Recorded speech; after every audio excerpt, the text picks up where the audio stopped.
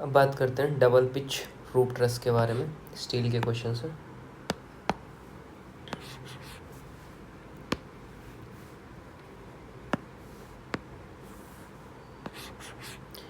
Double pitch roof truss live load reactions, what question ask.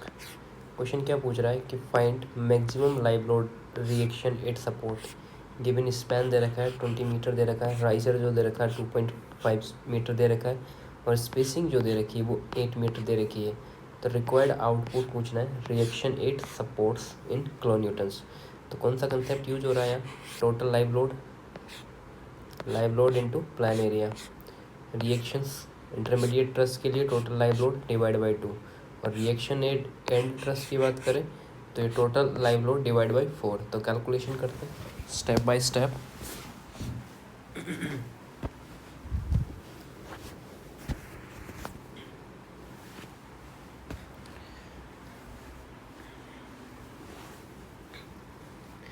सबसे पहले क्या निकालना है, प्लान एरिया।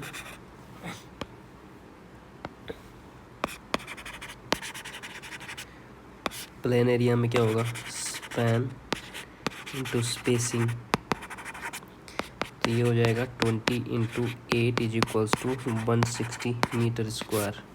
उसके बाद माता लाइव लोड। लाइव लोड क्या होता है, लाइव लोड में जो गिवन दे रखा है अपन को कितना 0.75 kilo Newton metre square.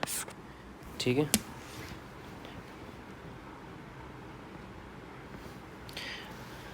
Step 3 के अंदर टोटल लाइव लोड को मल्टीप्लाई हो जाएगा 160 इंटू 0.75, तो ये आ जाएगा 120 किलो न्यूटन।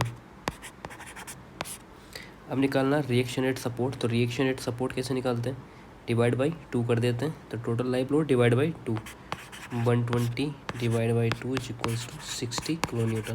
पूछा क्या है, रिएक्शन रेट सपोर्ट्स। ठीक है, तो सपोर्ट से पूछा है तो सपोर्ट को डिवाइड बाई 2 कर देगा। अगर रिएक्शन पूछता है एंड ट्रस पर तो डिवाइड बाई 4 हो जाएगा। नेक्स्ट बात करते हैं फिलेट बेल्ट की स्ट्रेंथ के बारे में, जो पर 1 मीटर mm लेंथ है। सो क्वेश्चन क्या पूछ रहा है, कैलकुलेट करना है स्ट्रेंथ ऑफ फिलेट बेल्ट पर 1 mm लेंथ में। इसमें दिया रखा है जो बेल्ट की जो साइज़ दे रखी है 6 mm दे रखी है, लेंथ ऑफ बेल्ट जो दे रखा है वो 1 mm दे रखा है, अलाउेबल जो शेयर स्ट्रेस दे रखा है वो 100 MPa दे रखा है। तो रिक्वायर्ड आउटपुट पूछना है स्ट्रेंथ के अंदर। तो कंसेप्ट क्या यूज़ हो रहा है यहाँ पर, कंसेप्ट यूज हो रहा है allowable shear strength of belt. तो क्या होती है, total thickness into length into shear stress. क्या क्या, total thickness into length into FS। ये क्या है, ये है shear strength of belt. So total throat thickness कितनी होती है, टोटल जो थ्रोट थिकनेस होती है, थ्रोट थिकनेस वो होती है 0.70 इंटू बेल्ट साइज। ठीक है, तो अब इसकी कैलकुलेशन करना है। सबसे पहले तो अपन को थ्रोट थिकनेस निकालनी है।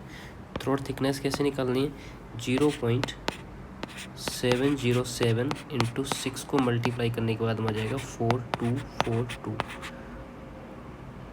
mm। उसके बाद में लेंथ दे रखी है आपको 1 mm। ठीक है, तो शेयर स्ट्रेस कितना दे रखा है आपको 100, ये गिवन है 100 MPa। अब निकालना है स्ट्रेंथ कैलकुलेशन।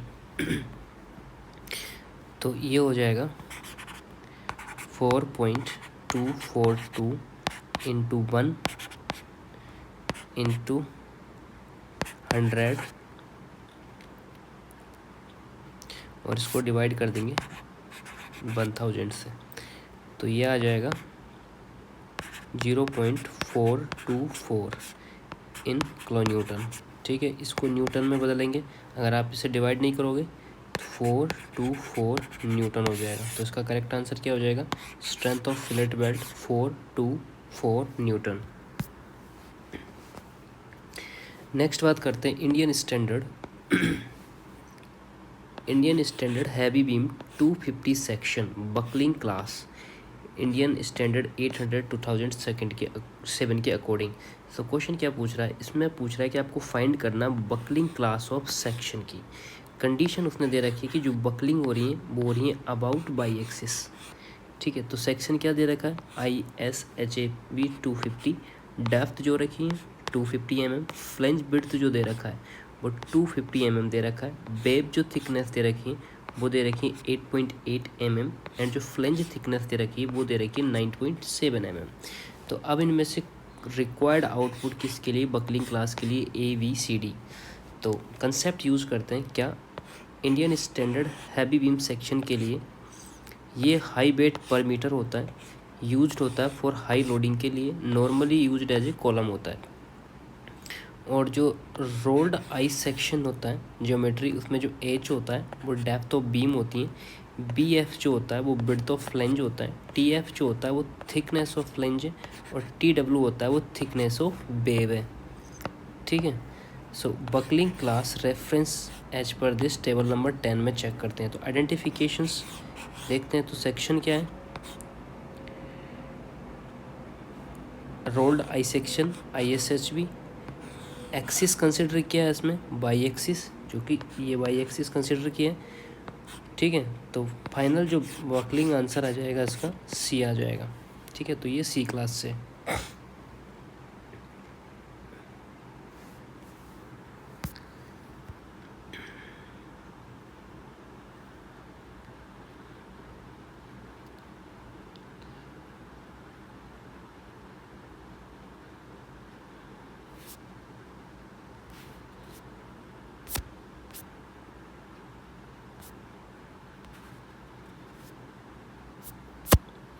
आगे इसका सॉल्यूशन दे रखा है, तो क्या करना है, find buckling of class section. इतनी थिकनेस दे रखी है, विड्थ ऑफ फ्लेंज दे रखी है, ये दे रखा है। तो कंसेप्ट यूज अपन को पता ही है, अपन देख लिया था। अब कैलकुलेशन ये चेक करते हैं। तो जो सेक्शन का टाइप है वो रोल्ड सेक्शन है, तो रेशियो चेक करते हैं। जो H/BF जो होता है वो 250 डिवाइड बाई 250, तो ये इक्वल्स टू 1 आ जाएगा। कंडीशन क्या बोलती है कि 1 लेस देन होना चाहिए 1.2 के, तो ये सही हो जाएगा। ठीक है, थिकनेस चेक करनी है, थिकनेस दे रखी है 9.7, कंडीशन क्या दे रखी है कि 100 से कम होना चाहिए, तो ये भी सही है। नेक्स्ट आ रहा है बकलिंग हो रही है स्टेप बाई एक्सिस में, तो टेबल के कोरस्पोंडिंग के अकॉर्डिंग ये C क्लास का होगा। एक बार टेबल को अच्छे से देखनी पड़ेगी तब जाकर ये क्वेश्चन होगा। ठीक है, तो ये इम्पोर्टेंट लगा दो उस क्वेश्चन को।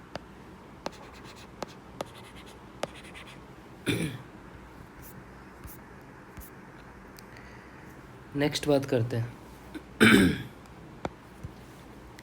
बोल्ट स्ट्रेंथ या bolt strength share and bearing के अंदर। तो क्वेश्चन क्या पूछा, डिटरमाइन करना है शेयर स्ट्रेंथ ऑफ बोल्ट। क्या क्या दे रखा है, बोल्ट का डायमीटर दे रखा है 20 mm, टाइप जो दे रखा है वो ऑर्डिनरी टर्न बोल्ट है।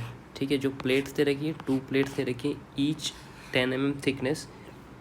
शेयर स्ट्रेस दे रखा है वो 100 न्यूटन पर mm² दे रखा है, बियरिंग स्ट्रेस दे रखा है वो 300 न्यूटन पर mm² दे रखा है। तो रिक्वायर्ड आउटपुट या bolt strength and kilo Newton में चेक करनी है। तो क्या कंसेप्ट यूज हो रहा है, डिज़ाइन स्ट्रेंथ ऑफ जो बोल्ट होता है वो लेसर होता है किस में, शेयर स्ट्रेंथ और बियरिंग स्ट्रेंथ के लिए। तो जो डिज़ाइन स्ट्रेंथ ऑफ जो बोल्ट होता है वो लेसर होता है किस के बीच में, शेयर स्ट्रेंथ और बियरिंग स्ट्रेंथ के अंदर। ठीक है, and share capacity of bolt कैसे निकालते हैं, ये जो BDSB होता है ये बेस्ड ऑन होता है,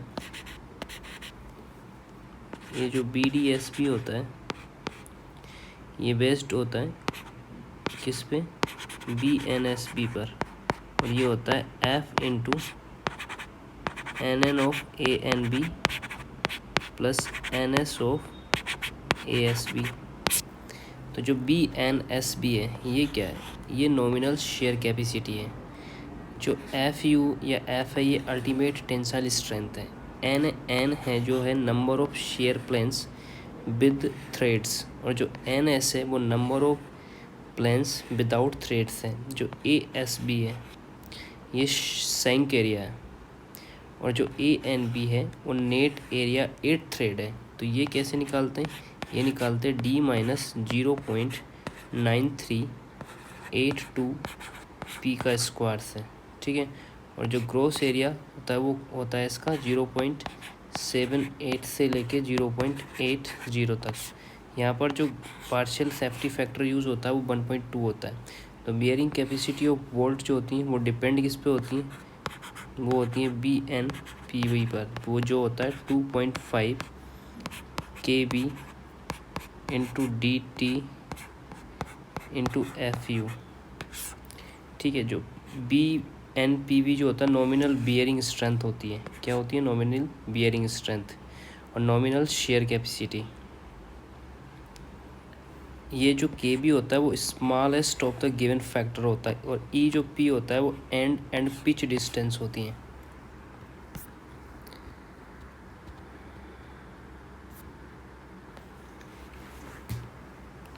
इसको सोल्व कहाँ कर रखा है फिर इसने?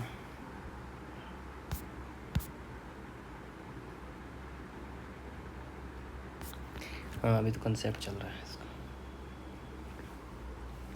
H0 दे रखा है, वो होल का डायमीटर दे रखा है। D जो है बोल्ट डायमीटर, और जो T है थिकनेस ऑफ कंसेप्ट। अभी अपन क्या नाम से जो कंसेप्ट पढ़ रहे हैं, application for connected plate in same direction. तो आइडेंटिफिकेशन कैसे करना है? लॉजिक कैलकुलेट करना होगा। क्या क्या? शेयर स्ट्रेंथ ऑफ बोल्ट और बियरिंग स्ट्रेंथ ऑफ बोल्ट। उसके बाद में जो फाइनल स्ट्रेंथ होगी वो लेसर ऑफ होगी शेयर स्ट्रेंथ और बियरिंग में। तो इसका फाइनल आंसर 10 पाई आया। तो देख लेते हैं कैसे आया होगा। क्वेश्चन में क्या पूछ रखा है कि strength of 20 mm diameter bolt दे रखा है। D जो है वो 20 mm है। प्लेट जो है 2 प्लेट है, ईच प्लेट 10 mm थिकनेस है। शेयर स्ट्रेस 100 न्यूटन पर mm स्क्वायर दे रखी है। बियरिंग स्ट्रेस 300 न्यूटन पर mm स्क्वायर दे रखी है। Concept lesser of both. So D बराबर कितना दे रखा है यहाँ पे given 20 mm and D naught हो जाएगा 22 mm, ठीक है। और T बराबर कितना हो जाएगा 10 mm जो कि दे रखा है। तो सबसे पहले क्या निकालना है? BNSB निकालना है, ठीक है। कैसे निकालना है?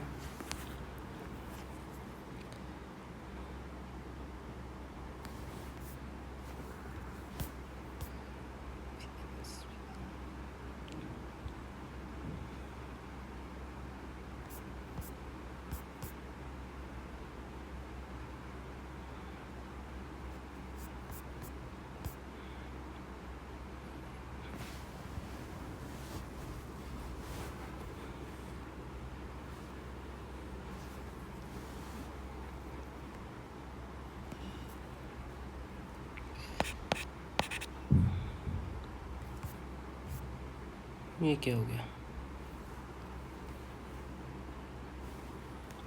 तो ये हो जाएगा BNSP is equals to 1 into 0.78 into pi into 20 का square plus 0 into pi into 20 का स्क्वायर। और ये टोटल कैलकुलेट हो जाएगा 10808 न्यूटन या 10.85। अब इसमें बियरिंग स्ट्रेंथ चेक करनी है। सबसे पहले चेक करनी है पिच, फिर एज डिस्टेंस, ठीक है। 2.5 D दे रखा है। D कितना दे रखा है आपको 20, ठीक है। तो ये टोटल मिला के कितना आ जाएगा 50 आ जाएगा। यहाँ D की वैल्यू पुट करेंगे 1.5 इंटू D नोट कितना दे रखा है 22, तो ये 33 आ जाएगा। सो KB निकालेंगे यहाँ पर, तो ये आ जाएगा 0.33। अब यहाँ पर बियरिंग स्ट्रेंथ निकालते हैं। KB निकालने का फॉर्मूला मैंने आपको बताया ही था। कैसे निकालते हैं KB? Smallest of given factors होता है।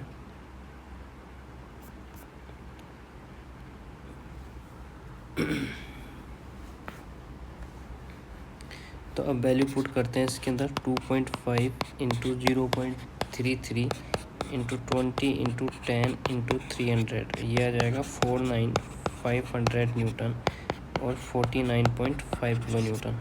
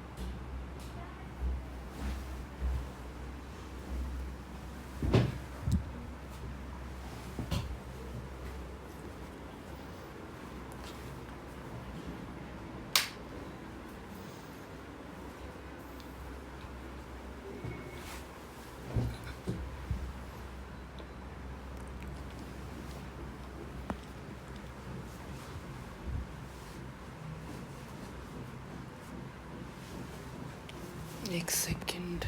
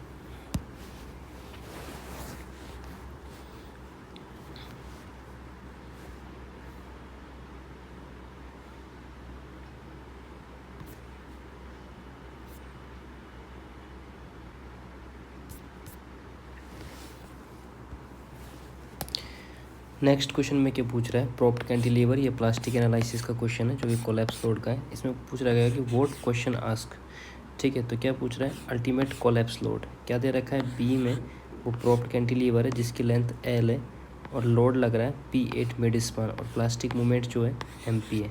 तो रिक्वायर्ड आउटपुट में क्या पूछ रहा है, P in terms of MP and L, ठीक है। तो कंसेप्ट क्या यूज़ हो रहा है, कंसेप्ट यूज हो रहा है कि प्लास्टिक हिंज फॉर्मेशन हो रहा है, hinge 8E and B, C पे कोई हिंज नहीं है ड्यू टू हिंज सपोर्ट।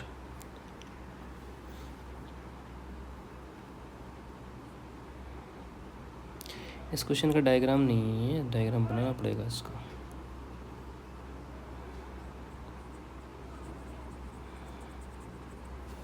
इसको अलग से सोल्व करेंगे अभी, रुको बाद में।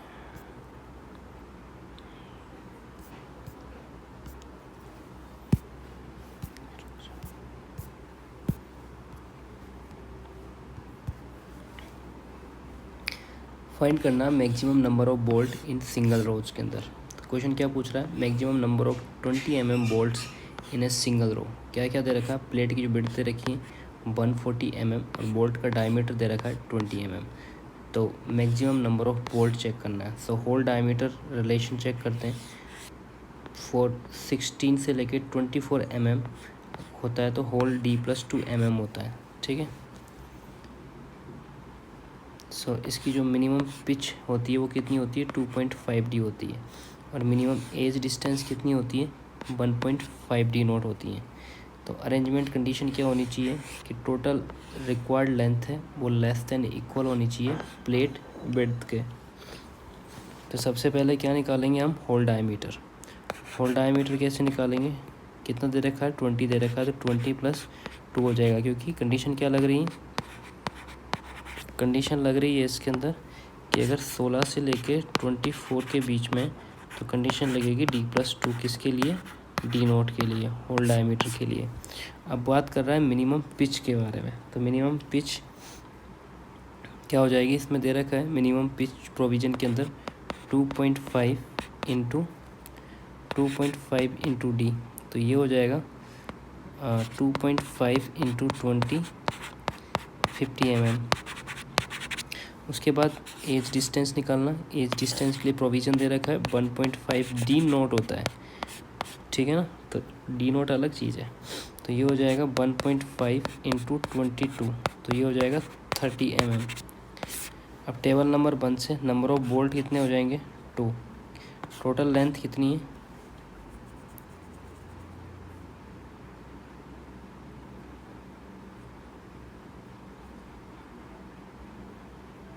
सबसे पहले ट्रायल करते हैं, टेबल नहीं, ट्रायल 1। नंबर ऑफ बोल्ट कितने लेना है इसके अंदर, अगर 2 बोल्ट्स भी यूज़ करते हैं तो टोटल लेंथ कितनी हो जाएगी, 33 + 33 + 50, ये हो जाएगा 116 mm। और ये लेस देन कितने से होना चाहिए, प्लेट की विड्थ कितनी है, 140, ठीक है। क्योंकि यहाँ पर एक कंडीशन दे रखी है, टोटल जो रिक्वायर्ड लेंथ है वो लेस देन होनी चाहिए प्लेट विड्थ से। अगर ट्रायल 2 ले, अगर नंबर ऑफ बोल्ट 3 करें तो 3 में क्या हो जाएगा, एज डिस्टेंस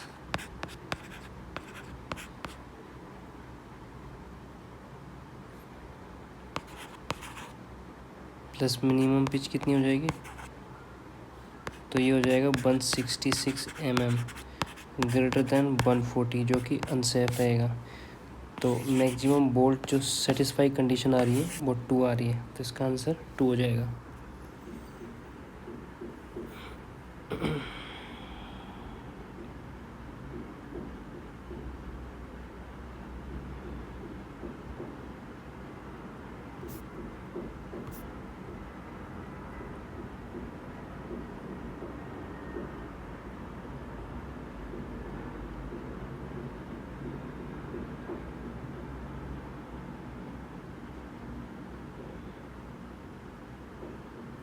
इनको बाद में करेंगे इन क्वेश्चंस को।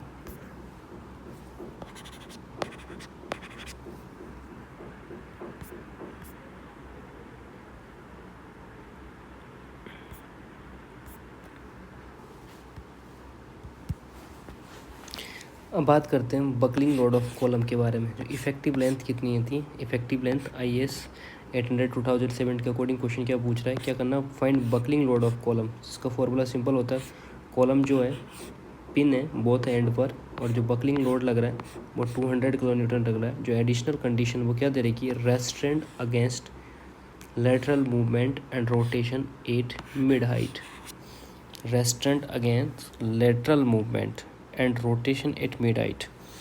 तो आइलर बकलिंग का फॉर्मूला क्या होता है, PCR is equals to pi square EI divide by L effective का square.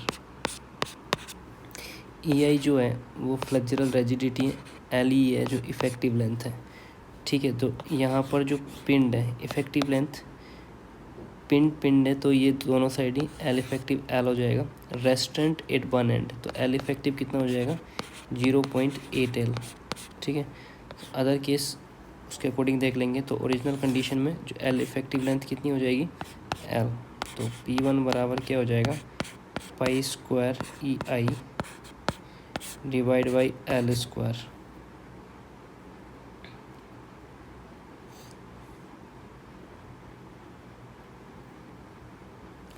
Equals to 200 kilo newton. Modified condition में column restraint at mid height, तो इफेक्टिव लेंथ क्या हो जाएगी यहाँ पर 0.8 इंटू L/2, ये हो जाएगा 0.4 L, क्योंकि हाइट हाफ हो चुकी है। तो अब जो बकलिंग लोड निकलेगा वो कैसे निकलेगा, pi Y square EI divide by 0.4 L का स्क्वायर। ठीक है,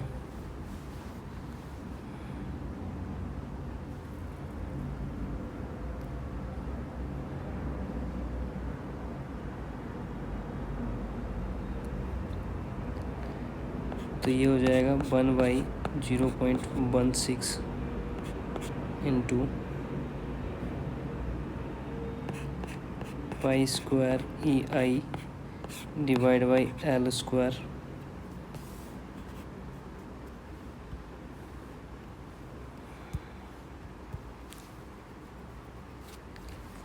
और ये हो जाएगा फिर 100 divide by 16 into pi square EI divide by L square.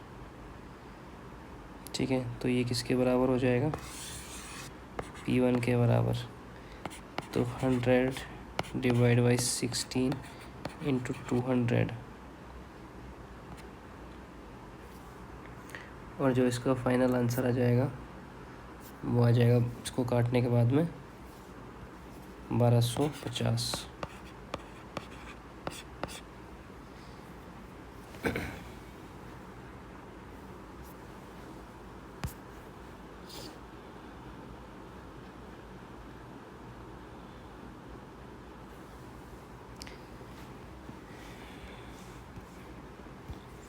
Next question किसके बारे में, इफेक्टिव एरिया ऑफ बियरिंग स्टीफनर्स और प्लेट गिल्डर्स। सो क्वेश्चन क्या पूछ रहा है, ये पूछ रहा है कि इफेक्टिव एरिया ऑफ बियरिंग स्टीफनर्स के बारे में। जो बेब साइज़ है वो दे रखी है 1000 mm इंटू 10 mm, एंड जो बियरिंग स्टीफनर्स जो दे रखा है वो इक्वल्स टू दे रखा pair of flats 100 mm into 5 mm, and जो सेक्शन का जो टाइप्स है वो दे रखा 100 ISF 5 which is flat used होता है। रिक्वायर्ड आउटपुट क्या होता है, इफेक्टिव एरिया होता है इन mm के अंदर।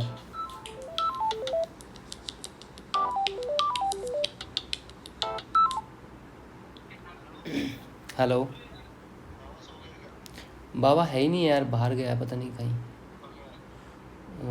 वो लड़का है ना जो DDM जॉब करता है, उसके साथ।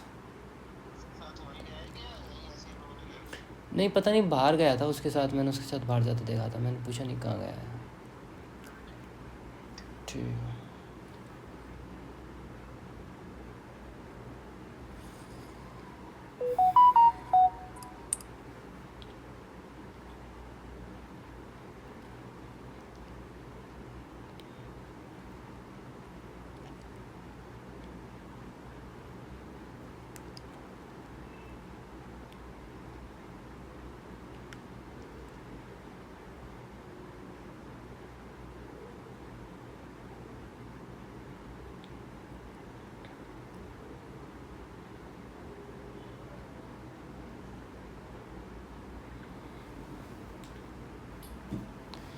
यहाँ पे क्या कंसेप्ट यूज़ हो रहा है,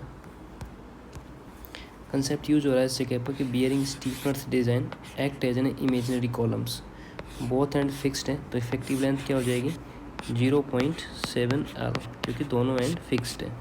so tight bearing between flange angles है। तो अब इफेक्टिव एरिया इमेजिनरी कॉलम्स के लिए इंक्लूड्स करना होगा किस किस को, स्टीफनर एरिया को और वेव कंट्रीब्यूशन को। और एंगल सेक्शन के लिए क्या हो जाएगा, AG is equals to 4 into outstanding leg area. ठीक है, outstanding leg area plus 40 TW into TW। और फॉर फ्लैट स्टीफनर्स के लिए क्या हो जाएगा, 2 into flat area, 2 into flat area plus 40 TW plus TW। Calculation करते हैं, सबसे पहले फ्लैट एरिया निकालते हैं 1 फ्लैट्स के लिए, तो ये कितना हो जाएगा 100 into 5 is equals to 500 mm²। और 2 फ्लैट के लिए 2 into 500 is equals to 1000 mm²। 2 flats के लिए निकाल लिए। अब निकालते हैं वेब कंट्रीब्यूशन, तो इसमें क्या हो जाएगा, वेब कंट्रीब्यूशन में TW बराबर 10 mm।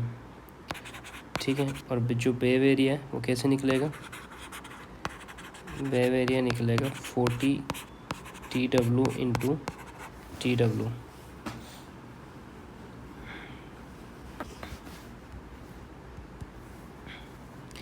तो हो जाएगा 40 into 10 into 10, 4000 mm²। Total effective area जो इसके अंदर है वो हो जाएगा AG is equals to 1000 plus 4000, ये हो जाएगा 5000 mm²।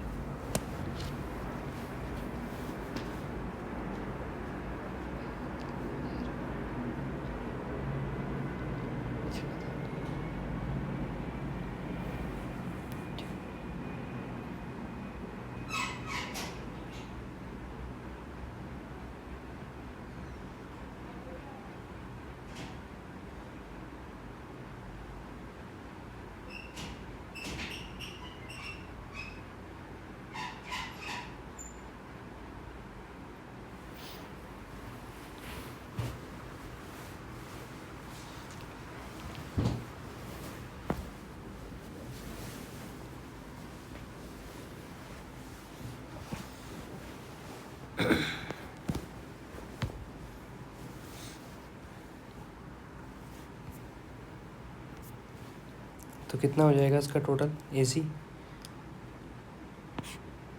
टोटल को दोनों को ऐड कर देंगे ना, किस किस को, दोनों को बीच में, तो दोनों क्या ऐड कर दिया इसमें, 4000 और 1000 किसके अंदर आया था, 2 फ्लैट लेग्स के अंदर। टोटल इफेक्टिव एरिया निकालना है।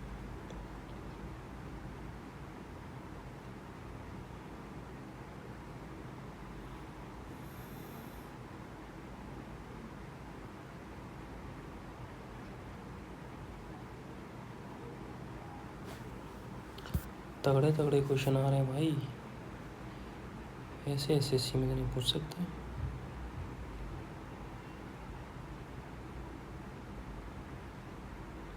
अच्छा अच्छा सिंपल है ये, तगड़े नहीं है भाई, तगड़े तगड़े नहीं है कुछ भी, टाइम ज़्यादा हो गया।